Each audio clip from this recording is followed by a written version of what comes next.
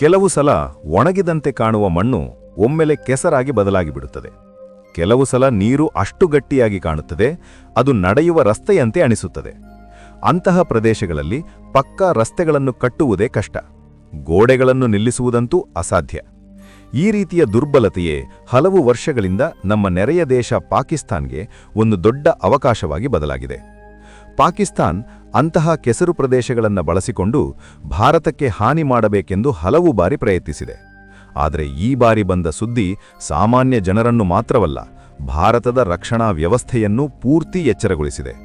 ಆ ಸುದ್ದಿ ಏನೆಂದರೆ, ಪಾಕಿಸ್ತಾನ್ ರಾತ್ರಿ ಕತ್ತಲೆ ಸಮಯದಲ್ಲಿ ಸರ್ಕ್ರೀಕ್ ಎಂಬ ವಿವಾದಾಸ್ಪದ ಕೆಸರು ಪ್ರದೇಶದಲ್ಲಿ ಭಾರೀ ಸೈನಿಕ ಸಿದ್ಧತೆಗಳನ್ನು ಆರಂಭಿಸಿದೆ.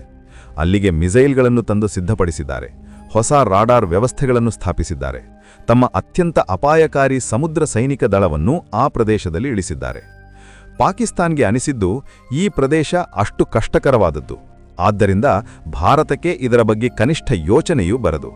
ಆದರೆ ಅವರು ಮರೆತು ಹೋದರು, ಇದು ಈಗ 2026 ವರ್ಷದ ಭಾರತ. ಇದು ಅಂತಹ ಭಾರತ, ತನ್ನ ಸರಿಹದ್ದುಗಳ ಭದ್ರತೆಗಾಗಿ ಭೂಮಿಯ ಮೇಲೆ ಮಾತ್ರವಲ್ಲ, ಆಕಾಶದಲ್ಲಿ, ಸಮುದ್ರದಲ್ಲಿ ಮತ್ತು ತಂತ್ರಜ್ಞಾನದಲ್ಲಿ ಎಲ್ಲ ಹಂತಗಳಲ್ಲೂ ನಿರಂತರವಾಗಿ ಎಚ್ಚರಿಕೆಯಿಂದ ನೋಡುತ್ತಿರುವುದು. ಪಾಕಿಸ್ತಾನ್ ಚಟುವಟಿಕೆಗಳು ತೀವ್ರಗೊಂಡಂತೆಲ್ಲ ನಮ್ಮ ಭದ್ರತಾ ಸಂಸ್ಥೆಗಳ ಎಚ್ಚರಿಕಾ ವ್ಯವಸ್ಥೆಗಳು ಸಕ್ರಿಯವಾದವು. ಅವರು ಮಿಸೈಲ್ಗಳನ್ನು ಭಾರತದ ಕಡೆಗೆ ತಿರುಗಿಸಿದಂತೆಲ್ಲ ಭಾರತವೂ ಕೈಯನ್ನು ಕಟ್ಟಿಕೊಂಡು ಕುಳಿತುಕೊಳ್ಳಲಿಲ್ಲ. ರಾವಲ್ಪಿಂಡಿಯಲ್ಲಿರುವ ಸೈನಿಕ ಉನ್ನತಾಧಿಕಾರಿಗಳು ಊಹಿಸದ ರೀತಿಯಲ್ಲಿ ಬಲಿಷ್ಠ ಪ್ರತ್ಯುತ್ತರವನ್ನು ಸಿದ್ಧಪಡಿಸಿತು. ಈಗ ಪರಿಸ್ಥಿತಿ ಏನೆಂದರೆ, ಭಾರತ ಮಾಡುತ್ತಿರುವ ಈ ಸಿದ್ಧತೆಗಳನ್ನು ನೋಡಿ ಅಮೆರಿಕ, ಚೀನಾ ಮತ್ತು ಇತರ ದೊಡ್ಡ ದೇಶಗಳು ಆಶ್ಚರ್ಯಪಡುತ್ತಿವೆ. ಎಲ್ಲರ ಮನಸ್ಸಿನಲ್ಲೂ ಒಂದೇ ಪ್ರಶ್ನೆ ಇದೆ: ಆ ಕೆಸರು ಪ್ರದೇಶದಲ್ಲಿ ಭಾರತ ಏನು ಮಾಡಿದೆ? ಪಾಕಿಸ್ತಾನ್ ಯೋಜನೆಯನ್ನು ಸಂಪೂರ್ಣವಾಗಿ ಹೇಗೆ ಹಿಮ್ಮೆಟ್ಟಿಸಿತು? ಶಬ್ದವಿಲ್ಲದೆ, ದೊಡ್ಡ ಪ್ರಕಟಣೆಗಳಿಲ್ಲದೆ ಯುದ್ಧತಂತ್ರವನ್ನು ಹೇಗೆ ಬದಲಾಯಿಸಿತು? ಈ ಪ್ರಶ್ನೆಗಳಿಗೆ ಉತ್ತರಗಳು ಕ್ರಮೇಣ ಬಯಲಾಗುತ್ತಿವೆ. ಆದರೆ ಈ ಮೊತ್ತ ಕಥೆಯನ್ನು ಅರ್ಥಮಾಡಿಕೊಳ್ಳಬೇಕೆಂದರೆ ಮೊದಲು ಸರ್ಕ್ರೀಕ್ ಅಸಲು ಏನು, ಪಾಕಿಸ್ತಾನ್ ಆ ಪ್ರದೇಶದ ಬಗ್ಗೆ ಯಾಕೆ ಅಷ್ಟು ಆತಂಕ ಪಡುತ್ತಿದೆ ಎಂಬುದನ್ನು ತಿಳಿದುಕೊಳ್ಳಬೇಕು. ಸರ್ಕ್ರೀಕ್ ಎಂದರೆ ಗುಜರಾತ್ ರಾಜ್ಯ ಮತ್ತು ಪಾಕಿಸ್ತಾನ್ ಸಿಂಧ್ ಪ್ರಾಂತ್ಯದ ನಡುವೆ ಹರಡಿಕೊಂಡಿರುವ ಒಂದು ಕೆಸರು ಪ್ರದೇಶ. ಇಲ್ಲಿ ಸಮುದ್ರದ ಉಬ್ಬರ ತಗ್ಗುಗಳ ಪ್ರಭಾವ ತುಂಬಾ ಬಲಿಷ್ಠವಾಗಿರುತ್ತದೆ. ಕೆಲವೇ ಗಂಟೆಗಳಲ್ಲಿ ನೀರು ತುಂಬಿಕೊಳ್ಳುತ್ತದೆ. ಸ್ವಲ್ಪ ಸಮಯದ ನಂತರ ಅದೇ ಪ್ರದೇಶ ಕೆಸರು ಮೈದಾನವಾಗಿ ಬದಲಾಗಿಬಿಡುತ್ತದೆ. ಇದೇ ಕಾರಣಕ್ಕೆ ಈ ಪ್ರದೇಶ ಬಹಳ ಕಾಲದಿಂದ ವಿವಾದಾಸ್ಪದವಾಗಿದೆ. ಗುಪ್ತ ವರದಿಗಳ ಪ್ರಕಾರ ಪಾಕಿಸ್ತಾನ್ಗೆ ಭಯ ಹುಟ್ಟಿದ್ದು ಭಾರತ ಈ ಪ್ರದೇಶದಲ್ಲಿ ತನ್ನ ಹಿಡಿತವನ್ನು ಇನ್ನಷ್ಟು ಬಲಪಡಿಸುತ್ತಿದೆ ಎಂದು. ಆ ಭಯದಿಂದಲೇ ಪಾಕಿಸ್ತಾನ್ ಅಲ್ಲಿನ ತನ್ನ ಸೈನಿಕ ಉಪಸ್ಥಿತಿಯನ್ನು ಒಮ್ಮೆಲೇ ಹೆಚ್ಚಿಸಿಬಿಟ್ಟಿತು. ಹೊಸ ರಾಡಾರ್ಗಳನ್ನು ಸ್ಥಾಪಿಸಿತು, ಭಾರತದ ಸಣ್ಣ ಸಣ್ಣ ಚಲನೆಗಳನ್ನು ಗಮನಿಸಲು. ಆ ರಾಡಾರ್ಗಳ ಉದ್ದೇಶ ಕೇವಲ ಸರಿಹದ್ದು ನೋಡುವುದು ಮಾತ್ರವಲ್ಲ, ಗುಜರಾತ್ ಕರಾವಳಿ ಪ್ರದೇಶಗಳು ಮತ್ತು ಮುಂಬೈ ಸಮುದ್ರ ಚಲನೆಗಳ ಮೇಲೂ ನಿಗಾ ಇಡುವುದು. ಇಲ್ಲಿಯೇ ಪಾಕಿಸ್ತಾನ್ ಉದ್ದೇಶ ಸ್ಪಷ್ಟವಾಗಿ ಕಾಣುತ್ತದೆ. ಇದು ಕೇವಲ ಸರಿಹದ್ದು ವಿವಾದ ಮಾತ್ರವಲ್ಲ, ಅಸಲು ಗುರಿ ಭಾರತದ ಆರ್ಥಿಕ ಶಕ್ತಿ. ಕಾಂಡ್ಲಾ ಮತ್ತು ಜಾಮ್ನಗರ್ ರೀತಿಯ ಬಂದರುಗಳು, ತೈಲ ಶುದ್ಧೀಕರಣ ಕಾರ್ಖಾನೆಗಳು, ಸಮುದ್ರ ವ್ಯಾಪಾರ ಮಾರ್ಗಗಳು ಇವೆಲ್ಲವನ್ನೂ ಪಾಕಿಸ್ತಾನ್ ಗುರಿಯಾಗಿಟ್ಟುಕೊಂಡಿದೆ. ಪಾಕಿಸ್ತಾನ್ಗೆ ಚೆನ್ನಾಗಿ ತಿಳಿದಿದೆ, ಭಾರತದ ಆರ್ಥಿಕ ವ್ಯವಸ್ಥೆಗೆ ಹೊಡೆತ ಕೊಡಬೇಕೆಂದರೆ ಸಮುದ್ರ ಮಾರ್ಗದ ಮೂಲಕ ದಾಳಿ ಮಾಡುವುದೇ ಬಹಳ ಪರಿಣಾಮಕಾರಿ ಎಂದು. ಆದರೆ ಅವರ ಯೋಚನೆ ಅರ್ಧವೇ ಸರಿ. ಭಾರತ ಇನ್ನೂ ಹಳೆಯ ಶೈಲಿಯಲ್ಲೇ ಇದೆ ಎಂದು ಅವರು ಭಾವಿಸಿದರು. ಅವರು ಬಂಕರ್ಗಳನ್ನು ಕಟ್ಟಿಕೊಳ್ಳುತ್ತಿದ್ದಾಗ ಭಾರತ ಕೇವಲ ನೋಡಿಕೊಂಡು ಕುಳಿತುಕೊಳ್ಳಲಿಲ್ಲ, ನಿಶಬ್ದವಾಗಿ ತನ್ನ ಕ್ರಿಯೆಗಳನ್ನು ಮಾಡುತ್ತಿತ್ತು. ಮೊದಲು ಭಾರತ ಆ ಪ್ರದೇಶದಲ್ಲಿ ತನ್ನ ಸೈನಿಕ ವ್ಯವಸ್ಥೆಗಳನ್ನು ಪರಿಶೀಲಿಸಿತು, ನಂತರ ನಿರ್ಧಾರ ತೆಗೆದುಕೊಂಡಿತು ಅಂತಹ ಕಷ್ಟಕರ ಪರಿಸ್ಥಿತಿಗಳಲ್ಲಿ ಹೋರಾಡಬಲ್ಲ ಸೈನಿಕರನ್ನೇ ಕಳುಹಿಸಬೇಕೆಂದು. ಹೀಗೆ ಸರಿಹದ್ದು ಭದ್ರತಾ ದಳದ ವಿಶೇಷ ಕಮಾಂಡೋಗಳನ್ನು, ಇವರನ್ನು ಕ್ರೀಕ್ ಕ್ರಾಕೊಡೈಲ್ಸ್ ಎಂದು ಕರೆಯುತ್ತಾರೆ, ದೊಡ್ಡ ಸಂಖ್ಯೆಯಲ್ಲಿ ಆ ಪ್ರದೇಶದಲ್ಲಿ ಸ್ಥಾಪಿಸಿದರು. ಈ ಕಮಾಂಡೋಗಳು ಸಾಮಾನ್ಯ ಸೈನಿಕರಿಗಿಂತ ಭಿನ್ನವಾಗಿರುತ್ತವೆ. ಕೆಸರಿನಲ್ಲಿ, ನೀರಿನಲ್ಲಿ, ಕೆಸರು ಪ್ರದೇಶಗಳಲ್ಲಿ ಹೋರಾಡಲು ವಿಶೇಷ ತರಬೇತಿ ಪಡೆದವರು. ಘಂಟೆಗಳಲ್ಲ, ದಿನಗಳ ಕಾಲ ಒಂದೇ ಸ್ಥಳದಲ್ಲಿ ಅಡಗಿಕೊಂಡು ಇರಬಲ್ಲರು. ಶತ್ರುವಿಗೆ ಅರ್ಥವಾಗದಂತೆಯೇ ಹಿಡಿಯುತ್ತಾರೆ. ಪಾಕಿಸ್ತಾನ್ ಸಮುದ್ರ ಸೈನಿಕ ದಳಕ್ಕೆ ಪ್ರತ್ಯುತ್ತರ ಕೊಡಲು ಭಾರತ ಈ ಕಮಾಂಡೋಗಳ ಸಂಖ್ಯೆಯನ್ನು ಬಹಳಪಟ್ಟು ಹೆಚ್ಚಿಸಿತು. ಕೇವಲ ಸೈನಿಕರನ್ನು ಕಳುಹಿಸುವುದೊಂದೇ ಸಾಕಾಗದು. ಈ ಪ್ರದೇಶದಲ್ಲಿ ತಂತ್ರಜ್ಞಾನವೇ ಅತಿದೊಡ್ಡ ಆಯುಧ ಎಂದು ಭಾರತಕ್ಕೆ ಚೆನ್ನಾಗಿ ತಿಳಿದಿದೆ. ಹೀಗಾಗಿ ಆಧುನಿಕ ನಿಗಾ ವ್ಯವಸ್ಥೆಗಳನ್ನು ಸ್ಥಾಪಿಸಿತು. ಇಸ್ರೇಲ್ನಿಂದ ಬಂದ ಸ್ಮಾರ್ಟ್ ಸೆನ್ಸರ್ಗಳು ಮತ್ತು ಥರ್ಮಲ್ ಕ್ಯಾಮೆರಾಗಳನ್ನು ಮೊತ್ತ ಪ್ರದೇಶದಲ್ಲಿ ಇರಿಸಿದರು. ಈ ಸೆನ್ಸರ್ಗಳು ಬಹಳ ಸೂಕ್ಷ್ಮವಾಗಿರುತ್ತವೆ. ಕೆಸರಿನಲ್ಲಿ ಸ್ವಲ್ಪ ಚಲನೆಯಾದರೂ ನಿಯಂತ್ರಣ ಕೊಠಡಿಯಲ್ಲಿ ತಕ್ಷಣ ಎಚ್ಚರಿಕೆ ಬರುತ್ತದೆ. ಪಾಕಿಸ್ತಾನ್ ಡ್ರೋನ್ಗಳ ಮೂಲಕ ಗೂಢಚಾರಿ ಮಾಡಬೇಕೆಂದು ಯೋಜನೆ ಹಾಕಿತ್ತು.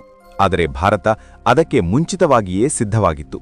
ಮೊತ್ತ ಪ್ರದೇಶದಲ್ಲಿ ಡ್ರೋನ್ಗಳನ್ನು ತಡೆಯುವ ಜಾಮರ್ ವ್ಯವಸ್ಥೆಗಳನ್ನು ಸ್ಥಾಪಿಸಿತು. ಯಾವ ಡ್ರೋನ್ ಆಗಲಿ ಭಾರತ ಸರಿಹದ್ದು ಸಮೀಪ ಬಂದ ತಕ್ಷಣ ಅದರ ಸಿಗ್ನಲ್ ನಿಲ್ಲುತ್ತದೆ ಮತ್ತು ಅದು ಅಲ್ಲಿಯೇ ಕೆಳಗೆ ಬೀಳುತ್ತದೆ. ಈ ಕ್ರಿಯೆಯಿಂದ ಪಾಕಿಸ್ತಾನ್ ಕಣ್ಣುಗಳು ಮತ್ತು ಕಿವಿಗಳು ಬಹುತೇಕ ಮುಚ್ಚಿಕೊಂಡು ಹೋದವು. ನೀರಿನ ಮಾರ್ಗದ ಮೂಲಕ ಬರುವ ಅಪಾಯವನ್ನು ಗುರುತಿಸಿ ಭಾರತ ತನ್ನ ಸಮುದ್ರ ಶಕ್ತಿಯನ್ನು ಹೆಚ್ಚಿಸಿತು. ವೇಗವಂತ ದಾಳಿ ನೌಕೆಗಳು ಮತ್ತು ಆಧುನಿಕ ಹೋವರ್ಕ್ರಾಫ್ಟ್ಗಳನ್ನು ಆ ಪ್ರದೇಶದಲ್ಲಿ ಸ್ಥಾಪಿಸಿದರು. ಇವು ನೀರಿನಲ್ಲೂ ಮತ್ತು ಭೂಮಿಯ ಮೇಲೂ ವೇಗವಾಗಿ ಚಲಿಸಬಲ್ಲವು. ಪಾಕಿಸ್ತಾನ್ ಹಳೆಯ ನೌಕೆಗಳು ಕೆಸರಿನಲ್ಲಿ ಸಿಕ್ಕಿಹಾಕಿಕೊಳ್ಳುತ್ತವೆ, ಆದರೆ ನಮ್ಮ ಹೋವರ್ಕ್ರಾಫ್ಟ್ಗಳು ನಿಲ್ಲದೆ ಮುಂದೆ ಸಾಗುತ್ತವೆ. ಅಂದರೆ ಸ್ಪಷ್ಟ, ಪಾಕಿಸ್ತಾನ್ ಯಾವ ಸಣ್ಣ ಕ್ರಿಯೆಯನ್ನಾದರೂ ಮಾಡಿದರೂ, ಮಿಸೈಲ್ ಪ್ರಯೋಗ ಮಾಡಬೇಕೆಂದರೂ ಅಥವಾ ಸೈನಿಕರನ್ನು ಮುಂದಕ್ಕೆ ಸರಿಸಿದರೂ ಭಾರತೀಯ ಬಲಗಳು ಕೆಲವು ನಿಮಿಷಗಳಲ್ಲೇ ಅಲ್ಲಿಗೆ ತಲುಪಬಲ್ಲವು. ಈ ಪ್ರದೇಶದಲ್ಲಿ ವೇಗವೇ ಅತಿದೊಡ್ಡ ಆಯುಧ. ಆ ವಿಷಯದಲ್ಲಿ ಭಾರತ ಪಾಕಿಸ್ತಾನನ್ನು ಬಹಳ ಹಿಂದೆ ತಳ್ಳಿಬಿಟ್ಟಿದೆ. ಈ ಮೊತ್ತ ಸಿದ್ಧತೆಗಳಲ್ಲಿ ಭಾರತೀಯ ಅಂತರಿಕ್ಷ ಸಂಸ್ಥೆಯ ಪಾತ್ರವು ಬಹಳ ಮುಖ್ಯವಾದದ್ದು. ಭಾರತೀಯ ರಾಡಾರ್ ಚಿತ್ರಗಳನ್ನು ತೆಗೆಯುವ ಉಪಗ್ರಹಗಳು ಈಗ 24 ಗಂಟೆಗಳು ಈ ಪ್ರದೇಶದ ಮೇಲೆ ನಿಗಾ ಇಡುತ್ತಿವೆ. ಈ ಉಪಗ್ರಹಗಳು ಮೋಡಗಳು ಮತ್ತು ಕತ್ತಲನ್ನು ದಾಟಿಯೂ ನೋಡಬಲ್ಲವು. ಪಾಕಿಸ್ತಾನ್ ಎಲ್ಲಿ ಬಂಕರ್ಗಳನ್ನು ಕಟ್ಟಿಕೊಳ್ಳುತ್ತಿದೆ, ಎಲ್ಲಿ ಮಿಸೈಲ್ಗಳನ್ನು ಅಡಗಿಸಿಕೊಳ್ಳುತ್ತಿದೆ, ಈ ಮಾಹಿತಿಯೆಲ್ಲ ನೈಜ ಸಮಯದಲ್ಲಿ ಭಾರತೀಯ ಭದ್ರತಾ ಬಲಗಳಿಗೆ ತಲುಪುತ್ತಿದೆ. ಈ ಮಾಹಿತಿಯ ಆಧಾರದಲ್ಲಿ ಭಾರತೀಯ ಸೇನೆ ತನ್ನ ಫಿರಂಗಿಗಳು ಮತ್ತು ಇತರ ಆಯುಧಗಳ ವ್ಯವಸ್ಥೆಗಳನ್ನು ಬದಲಾಯಿಸಿತು. ಸ್ಪಷ್ಟ ಸಂದೇಶವೇನೆಂದರೆ, ಪಾಕಿಸ್ತಾನ್ ಒಂದು ಸಣ್ಣ ತಪ್ಪು ಮಾಡಿದರೂ ಅದರ ಪ್ರಯೋಗ ಸ್ಥಳಗಳಿಗೆ ಪ್ರತ್ಯುತ್ತರ ಕೊಡುವುದಕ್ಕೆ ತಡಮಾಡದು. ಇದು ಕೇವಲ ರಕ್ಷಣೆ ಮಾತ್ರವಲ್ಲ, ಒಂದು ಸ್ಪಷ್ಟ ಎಚ್ಚರಿಕೆ. ಇದೇ ಸಮಯದಲ್ಲಿ ಭಾರತ ಸರ್ಕ್ರೀಕ್ ಬಳಿ ತನ್ನ ಮೂಲಸೌಕರ್ಯಗಳನ್ನು ವೇಗವಾಗಿ ಬಲಪಡಿಸಿತು. ಪಕ್ಕಾ ರಸ್ತೆಗಳು, ಹೆಲಿಕಾಪ್ಟರ್ ಲ್ಯಾಂಡಿಂಗ್ ಸ್ಥಳಗಳು, ತೇಲುವ ಸರಿಹದ್ದು ಚೌಕಿಗಳನ್ನು ನಿರ್ಮಿಸಿತು. ಹಿಂದೆ ಸೈನಿಕರು ಗಸ್ತು ಮಾಡಿ ಹಿಂದಕ್ಕೆ ಹೋಗಬೇಕಿತ್ತು. ಈಗ ಅವರು ಹೆಚ್ಚು ಕಾಲ ಅಲ್ಲಿಯೇ ಇರಬಲ್ಲರು. ಈ ಚೌಕಿಗಳ ಮೇಲೆ ಆಧುನಿಕ ಆಯುಧಗಳು ಮತ್ತು ನಿಗಾ ವ್ಯವಸ್ಥೆಗಳನ್ನು ಸ್ಥಾಪಿಸಿದರು. ಪ್ರಪಂಚ ಆಶ್ಚರ್ಯಪಡುತ್ತಿರುವುದು ಯಾಕೆಂದರೆ, ಸಾಮಾನ್ಯವಾಗಿ ಎಲ್ಲರ ಗಮನ ಕಾಶ್ಮೀರ ಮತ್ತು ಲಡಾಖ್ ರೀತಿಯ ಪ್ರದೇಶಗಳ ಮೇಲೆಯೇ ಇರುತ್ತದೆ. ಯಾರೂ ಊಹಿಸಿರಲಿಲ್ಲ ಭಾರತ ಇಷ್ಟು ನಿಶಬ್ದವಾಗಿ ಒಂದು ಕೆಸರು ಪ್ರದೇಶವನ್ನು ಬಲಿಷ್ಠ ಕೋಟೆಯಾಗಿ ಬದಲಾಯಿಸುತ್ತದೆ ಎಂದು. ಪಾಕಿಸ್ತಾನ್ ಕೇವಲ ಸರ್ಕ್ರೀಕ್ ಬೈ ಮಿಸೈಲ್ಗಳನ್ನು ಸ್ಥಾಪಿಸಿ ಸುದ್ದಿಗಳನ್ನು ಬಿಟ್ಟಿತು. ಆದರೆ ಭಾರತ ಮೊಟ್ಟ ಭದ್ರತಾ ವ್ಯವಸ್ಥೆಯನ್ನೇ ಬಲಪಡಿಸಿತು. ಆಟ ಅಸಲು ಆರಂಭವಾದದ್ದು ಭಾರತೀಯ ನೌಸೇನೆಯನ್ನು ಪೂರ್ತಿಯಾಗಿ ಈ ಕಾರ್ಯಾಚರಣೆಗೆ ತಂದಾಗ. ಸರ್ಕ್ರೀಕ್ ಕೆಸರು ಪ್ರದೇಶವೇ ಆದರೂ ಅದು ಅರಬ್ ಸಮುದ್ರದೊಂದಿಗೆ ನೇರವಾಗಿ ಸಂಪರ್ಕ ಹೊಂದಿದೆ. ಪಾಕಿಸ್ತಾನ್ ಈ ಮಾರ್ಗವನ್ನೇ ತನ್ನ ಯೋಜನೆಗೆ ಬಳಸಬೇಕೆಂದಿತ್ತು. ಆದರೆ ಭಾರತ ಅದನ್ನೇ ಅವರಿಗೆ ಅತಿದೊಡ್ಡ ಉರುಳಾಗಿ ಬದಲಾಯಿಸಿಬಿಟ್ಟಿತು. ಪಾಕಿಸ್ತಾನ್ ತನ್ನ ನೌಸೇನೆ, ಮಿಸೈಲ್ ದಳಗಳನ್ನು ಮುಂದಕ್ಕೆ ತಂದ ತಕ್ಷಣ ಭಾರತೀಯ ನೌಕೆಗಳ ಗಸ್ತು ಹೆಚ್ಚಾಯಿತು. ಅರಬ್ ಸಮುದ್ರದಲ್ಲಿ ಹೊಸ ಸ್ಥಾನಗಳು, ಸರ್ಕ್ರೀಕ್ ಪ್ರವೇಶದ್ವಾರ ಬಳಿ ನೌಕೆಗಳ ಸ್ಥಾಪನೆ, ಇದೆಲ್ಲ ಚೌಕ್ ಪಾಯಿಂಟ್ ನಿಯಂತ್ರಣ ಯುದ್ಧತಂತ್ರ. ಕರಾಚಿಯಿಂದ ಹೊರಟರೂ ಪಾಕ್ ನೌಸೇನೆ ಭಾರತೀಯ ನಿಗಾದಿಂದ ತಪ್ಪಿಸಿಕೊಳ್ಳುವುದು ಬಹುತೇಕ ಅಸಾಧ್ಯವಾಗಿ ಬಿಟ್ಟಿತು. ಜಲಾಂತರ್ಗಾಮಿಗಳನ್ನು ಸಕ್ರಿಯಗೊಳಿಸಿ ಸಮುದ್ರದ ಕೆಳಗಿನಿಂದ ನಿಗಾ ಇಟ್ಟರು. ಪಾಕಿಸ್ತಾನ್ ಊಹಿಸದಷ್ಟು ತ್ವರಿತವಾಗಿ ಭಾರತ ಸಮುದ್ರದ ಮುಂಭಾಗವನ್ನು ಬಲಪಡಿಸಿತು. ಸೀಮಿತ ಸಂಪನ್ಮೂಲಗಳು, ಆಧುನಿಕ ನಿಗಾ ಇಲ್ಲದ ಪಾಕ್ ನೌಸೇನೆಗೆ ಇದು ಆತಂಕವನ್ನು ಇನ್ನಷ್ಟು ಹೆಚ್ಚಿಸಿತು. ಅವರು ನಮ್ಮ ಭದ್ರತೆಗಾಗಿಯೇ ಎಂದು ಪ್ರಕಟಣೆಗಳನ್ನು ಕೊಟ್ಟರು. ಆದರೆ ತಾವೇ ತಂದ ಮಿಸೈಲ್ಗಳು ಈಗ ಅವರಿಗೇ ಭಾರವಾಗಿಬಿಟ್ಟವು. ಇಷ್ಟರಲ್ಲೂ ಭಾರತೀಯ ವಾಯುಸೇನೆಯೂ ಪೂರ್ತಿ ಎಚ್ಚರಿಕಾ ಸ್ಥಿತಿಯಲ್ಲಿದೆ. ಗುಜರಾತ್ನಿಂದ ಯುದ್ಧ ವಿಮಾನಗಳು ನಿರಂತರವಾಗಿ ಹಾರಾಡುತ್ತಿವೆ. ಸಮುದ್ರದಲ್ಲಿ ನಿಗಾ ವಿಮಾನಗಳನ್ನು ಹಾರಿಸಿದರು. ಸರ್ಕ್ರೀಕ್ನಲ್ಲಿ ಭಾರತೀಯ ರಕ್ಷಣಾ ವ್ಯವಸ್ಥೆ ಕೇವಲ ನೋಡುವುದು ಮಾತ್ರವಲ್ಲ, ಪ್ರತಿ ಚಲನೆಯನ್ನು ದಾಖಲಿಸಿ ತಕ್ಷಣ ಆದೇಶ ಕೇಂದ್ರಕ್ಕೆ ಕಳುಹಿಸುತ್ತಿದೆ. ಇದರ ಪ್ರಭಾವ ಪಾಕಿಸ್ತಾನ್ ಮೇಲೆ ಸ್ಪಷ್ಟವಾಗಿ ಬಿದ್ದಿದೆ. ಅವರ ಸೈನಿಕರಿಗೆ ಅರ್ಥವಾಗುತ್ತಿದೆ, ಎಲ್ಲ ಕಡೆಯಿಂದಲೂ ಪರ್ಯವೇಕ್ಷಣೆಯಲ್ಲಿದ್ದಾರೆ ಎಂದು. ಭೂಮಿಯ ಮೇಲೆ ಕ್ರೀಕ್ ಕ್ರೊಕೊಡೈಲ್ ಕಮಾಂಡೋಗಳು, ನೀರಿನಲ್ಲಿ ಹೋವರ್ಕ್ರಾಫ್ಟ್ಗಳು, ಆಕಾಶದಲ್ಲಿ ಡ್ರೋನ್ ಯುದ್ಧ ವಿಮಾನಗಳು, ಸಮುದ್ರದ ಕೆಳಗೆ ಜಲಾಂತರ್ಗಾಮಿಗಳು. ಈ ಪೂರ್ಣ ಘೇರಾವು ಪಾಕಿಸ್ತಾನ್ಗೆ ತೀವ್ರ ಮಾನಸಿಕ ಒತ್ತಡವಾಗಿ ಬದಲಾಗಿದೆ. ಕ್ರೀಕ್ ಕ್ರೊಕೊಡೈಲ್ ಕಮಾಂಡೋಗಳು ಈ ಕಾರ್ಯಾಚರಣೆಯಲ್ಲಿ ಕೀಲಕ. ಕತ್ತುವರೆಗೆ ಕೆಸರಿನಲ್ಲಿ ಗಂಟೆಗಳ ಕಾಲ ಇರಬಲ್ಲರು. ತಿನ್ನದೆ, ಕುಡಿಯದೆ, ಚಲಿಸದೆ ಶತ್ರುವಿಗಾಗಿ ಕಾಯುವ ತರಬೇತಿ ಇವರದ್ದು. ಸಾಮಾನ್ಯರು ಊಹಿಸಲಾರರು. ಪಾಕಿಸ್ತಾನ್ ಸೈನಿಕರು ಅಂತಹ ಪರಿಸ್ಥಿತಿಗಳಿಗೆ ಸಿದ್ಧರಾಗಿಲ್ಲ. ತಮ್ಮ ಸಂಖ್ಯೆ ಹೆಚ್ಚು ಎಂದು ಧೈರ್ಯವಾಗಿದ್ದರು. ಆದರೆ ಆಧುನಿಕ ಯುದ್ಧದಲ್ಲಿ ಸಂಖ್ಯೆಗಿಂತ ತಂತ್ರಜ್ಞಾನ ತರಬೇತಿಯೇ ಮುಖ್ಯ ಎಂಬುದನ್ನು ಮರೆತರು. ಭಾರತೀಯ ಕಮಾಂಡೋಗಳ ಬಳಿ ನೀರಿನಲ್ಲಿ ಕೆಸರಿನಲ್ಲಿ ಅಡೆತಡೆಗಳಿಲ್ಲದೆ ಕೆಲಸ ಮಾಡುವ ಆಯುಧಗಳು, ರಾತ್ರಿ ನೋಟ ಸಾಧನಗಳು, ಥರ್ಮಲ್ ಇಮೇಜಿಂಗ್, ನಿಶ್ಶಬ್ದ ಚಲನೆ ತರಬೇತಿ ಎಲ್ಲವೂ ಪೂರ್ತಿಯಾಗಿವೆ. ಅದೇ ಸಮಯದಲ್ಲಿ ಭಾರತ ಸರ್ಕ್ರೀಕ್ನಲ್ಲಿ ತೇಲುವ ಸರಿಹದ್ದು ಚೌಕಿಗಳಲ್ಲೂ ಪೂರ್ಣ ಕಾರ್ಯರೂಪಕ್ಕೆ ತಂದಿದೆ. ಇವು ಕೋಟೆಗಳಿಗಿಂತ ಕಡಿಮೆಯಲ್ಲ. ನಿವಾಸ, ಆಯುಧಗಳು, ನಿಗಾ ವ್ಯವಸ್ಥೆಗಳು, ಸಮಾಚಾರ ವ್ಯವಸ್ಥೆ ಎಲ್ಲವೂ ಇವೆ. ಸೈನಿಕರು ತಿಂಗಳುಗಳ ಕಾಲ ಅಲ್ಲಿಯೇ ಇರಬಲ್ಲರು, ಹಿಂದೆ ಸರಿಯದೆ. ಇದು ಪಾಕಿಸ್ತಾನ್ಗೆ ದೊಡ್ಡ ಹೊಡೆತ. ಹಿಂದೆ ಭಾರತೀಯ ದಳಗಳು ಗಸ್ತು ಮಾಡಿ ಹಿಂದಕ್ಕೆ ಹೋಗುತ್ತವೆ ಎಂದು ಭಾವಿಸಿದ್ದರು.